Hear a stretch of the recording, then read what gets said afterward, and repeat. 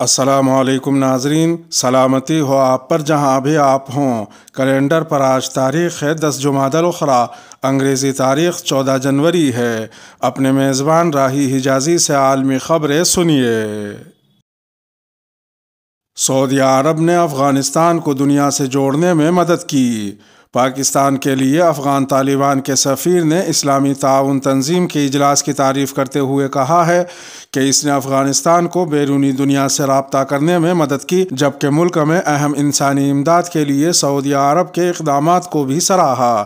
پاکستان میں نئے افغان سفیر سردار احمد خان شکیب نے عرب نیوز کو بتایا کہ یہ OIC کا اجلاس افغانستان کو دنیا سے جوڑنے کے لیے رابطے کا ذریعہ تھا۔ انہوں نے بتایا کہ OIC کانفرنس کے ذریعے ہم دنیا کو افغانستان کی صورتحال کی حقیقی تصویر دکھانے میں کامیاب ہوئے۔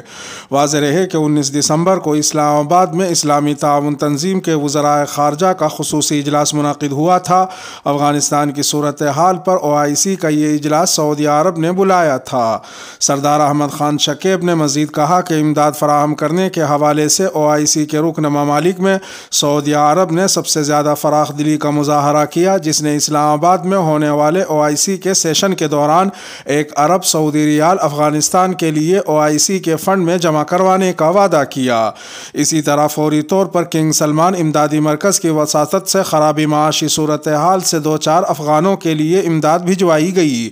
ان کا مزید کہنا تھا کہ سعودی عرب بہت زیادہ تعاون کرنے والا ملک ہے اور اس نے OIC کے کسی بھی دوسرے رکن سے زیادہ افغانوں کی مدد کی۔ انہوں نے بتایا کہ سعودی عرب سے افغانوں کی مدد کے لیے امدادی سامان کے 6 جہاز افغانستان بھیجے گئے، جبکہ زمینی راستے کے ذریعے بھی شاہ سلمان کے ہیومینیٹیرین اینڈ ریلیف سینٹر کے ذریعے بھی مدد فراہم کی گئی۔ پبلک یونیورسٹیاں دوبارہ کھلیں گی، خواتین طالبات بھی شامل ہیں۔ افغانستان کے وزیر تعلیم ملا عبدالباقی حقانی نے قطعی تاریخ بتائے بغیر کہا کہ حکومت جلد ہی مرد اور خواتین طلباء کے لیے پبلک یونیورسٹیوں کو دوبارہ کھول دے گی۔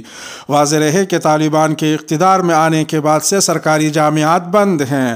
بدھ کو ایک پریس کانفرنس سے گفتگو کرتے ہوئے وزیر تعلیم ملا عبدالباقی حقانی نے کہا کہ طلباء اور طالبات کی کلاسیں الگ الگ ہوں گی۔ انہوں نے مزید کہا کہ آنے والے دنوں میں افغان یہ خبریں سنیں گے کہ امارت اسلامیہ سرکاری یونیورسٹیوں کو دوبارہ کھول رہی ہے۔ انہوں نے معاشی بحران اور طلباء و طالبات کے لیے الگ الگ کلاسوں کی کمی کو تاخیر کی وجہ قرار دیا۔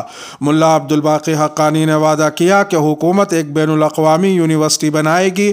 ان کے الفاظ میں، ہم ایک بین الاقوامی یونیورسٹی قائم کرنے کا بھی ارادہ رکھتے ہیں۔ یونیورسٹی میں شریعت، میڈیکل، ایگریکلچر اور انجینئرنگ کے پروگرام شامل ہوں گے۔ ان 4 شعبوں میں ماسٹرز اور PhD کی ڈگریاں دی جائیں گی۔ ملا عبدالباقی حقانی کے مطابق بعض علاقائی ممالک نے افغان طلباء کے لیے تعلیمی وظائف دینے کا وعدہ کیا ہے۔ مری میں سیاحوں کی ہلاکتیں، اسلام آباد ہائی کورٹ کا وزیر اعظم کو کوتاہی کے مرتکب افراد کی نشاندہی کا حکم۔ اسلام آباد ہائی کورٹ نے وزیر اعظم عمران خان کو حکم دیا ہے کہ وہ 1 ہفتے میں نیشنل ڈیزاسٹر مینجمنٹ کمیشن کا اجلاس طلب کر کے پنجاب کے تفریحی مقام مری میں 22 سیاحوں کی ہلاکت کے واقعے میں کوتاہی کے مرتکب افراد کی نشاندہی کریں۔ چیف جسٹس کا کہنا تھا کہ اگر اس قانون پر عمل ہوا ہوتا تو ایک شہری کی بھی ہلاکت نہ ہوتی۔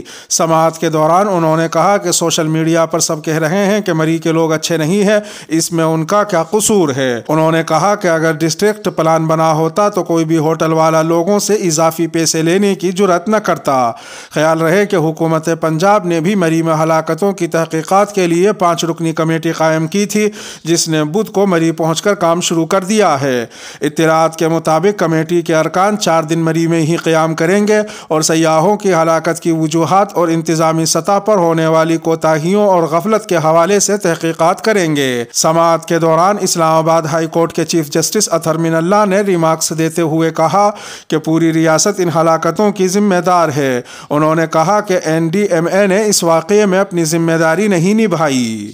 چیف جسٹس نے کہا کہ قدرتی آفات سے نمٹنے سے متعلق بنایا گیا قانون موجود تو ہے، لیکن بدقسمتی سے اس پر عمل درآمد نہیں ہو رہا اور اس قانون کے تحت ضلع کی سطح پر بھی ذمہ داریوں کا تعین ہوتا ہے۔ ایڈیشنل اٹارنی جنرل نے عدالت کو بتایا کہ اس بارے میں قانون کا جائزہ لینا پڑے گا، جس پر چیف جسٹس نے ریمارکس دیتے ہوئے کہا کہ راولپنڈی کے لیے قانون سن 2010 میں بنا تھا اور وہ سن 2022 میں عدالت کو بتا رہے ہیں کہ انہیں اس بارے میں چیک کرنا پڑے گا۔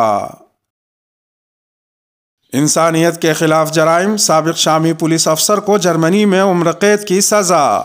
جرمنی کی ایک عدالت نے شامی خفیہ پولیس کے سابق افسر کو ایک دہائی قبل دمشق کے قریب ایک جیل میں قیدیوں پر تشدد کی نگرانی کرنے پر عمر قید کی سزا سنائی ہے۔ خبر رساں ادارے ایسوسی ایٹڈ پریس کے مطابق ان شامی افراد کو اس تاریخی مقدمے پر فیصلے کا انتظار تھا جو خود صدر بشار الاسد کی حکومت کے دوران اس تشدد کا نشانہ بنے یا جنہوں نے بشار الاسد کے ہاتھوں اپنے پیاروں کو کھویا ہے۔ جرمنی کے کوبلینڈ شہر میں ریاستی عدالت نے کہا کہ مجرم انور رسلان شام کے شہر دوما کی ایک جیل میں سینئر افسر تھے جہاں اپوزیشن کے مبینہ مظاہرین کو قید کیا گیا تھا۔ جرمنی کے نیوز چینل NTV کے مطابق عدالت میں انور رسلان کو عمر قید کی سزا سنائی گئی ہے۔ انور رسلان کے وکلاء نے عدالت سے گزشتہ ہفتے کہا تھا کہ انہوں نے کبھی ذاتی طور پر تشدد نہیں کیا اور وہ 2012 میں ملک سے فرار ہوئے تھے، اسی لیے انہیں بری کرنے کی ہم درخواست کرتے ہیں۔ جرمن استغاثے کا الزام ہے کہ انور رسلان نے اپریل 2011 سے ستمبر 2012 تک 4000 سے زائد قیدیوں پر منظم اور وحشیانہ تشدد کی نگرانی کی تھی، جس کے نتیجے میں درجنوں افراد ہلاک ہوئے تھے۔ واضح رہے کہ گزشتہ سال کوبلینڈز کی عدالت نے جونیئر افسر ایاد الغریب کو انسانیت کے خلاف جرائم کرنے پر 4.5 سال قید کی سزا سنائی تھی۔ ان دونوں افراد نے جرمنی میں پناہ لی ہوئی تھی اور انہیں 2019 میں گرفتار کیا گیا تھا۔ اور اب وقت ہے سوال و جواب کا۔ کل سوال کیا گیا تھا کہ دنیا کے طاقتور پاسپورٹس کی نئی فہرست میں ان 4 ملکوں کا نمبر بتائیے: سعودی عرب، افغانستان، انڈیا اور پاکستان۔ ان کا نمبر یوں ہے: سعودی عرب 65، افغانستان 111، انڈیا 83 اور پاکستان 108۔ صحیح جواب بہت سارے حضرات نے دیے۔ کمنٹ سپیکر سائٹ کے ذریعے سے جن صاحب کا نام نکل کر آیا وہ یہ ہیں: انگلش ہنٹس، سعودی عرب 65، افغانستان 111، ہندوستان 83، پاکستان 108۔ محمد مدثر از UP انڈیا۔ برادرم محمد مدثر کو بہت بہت مبارکبادیں۔ اللہ سبحانہ و تعالی آپ کو دونوں جہان میں ترقیات سے نوازے اور سرخ رو فرمائے۔ اور اب آج کا سوال: OIC کا آخری اجلاس کس کے بلاوے پر منعقد ہوا تھا اور کس شہر میں منعقد ہوا تھا؟ لوٹتے ہیں اب خبروں کی طرف۔ مسجد نبوی میں 2 برس بعد افطار دسترخوان کے ضوابط جاری۔ مسجد نبوی کی انتظامیہ نے امسال ماہ رمضان المبارک کے دوران افطار دسترخوان لگائے جانے کے امور کا جائزہ لیا ہے۔ متعلقہ کمیٹی کی جانب سے دسترخوان لگانے والوں کے لیے موجودہ کورونا کے حالات کے پیش نظر احتیاطی اقدامات کی سفارش کرتے ہوئے متعدد سفارشات پیش کی گئی ہیں۔ مسجد نبوی کی انتظامیہ کا اس حوالے سے مزید کہنا تھا کہ افطار دسترخوان کے حوالے سے متعلقہ کمیٹی کی جانب سے جاری ہونے والی سفارشات میں کہا گیا ہے کہ امسال رمضان المبارک میں مسجد نبوی میں افطار دسترخوان لگانے کے خواہش مند لائسنس یافتہ کیٹرنگ سروسز فراہم کرنے والی کمپنیوں سے معاہدے کریں گے جو مقررہ معیار کے مطابق افطاری کا سامان مہیا کرنے کی پابند ہوں گی۔ کمیٹی کی جانب سے جاری کردہ سفارشات میں مزید کہا گیا ہے کہ کورونا وائرس کی وجہ سے سماجی فاصلے کے اصول پر عمل کرتے ہوئے ایک صف پر صرف 5 افراد کے بیٹھنے کا انتظام کیا جائے۔ متعلقہ کمیٹی کی جانب سے اپنی سفارشات میں مزید کہا گیا کہ افطار دسترخوان پر روزے دار ایک طرف ہی بیٹھیں گے، یعنی صرف قبلہ رخ، دوسری جانب کسی کو بیٹھنے کی اجازت نہیں ہوگی۔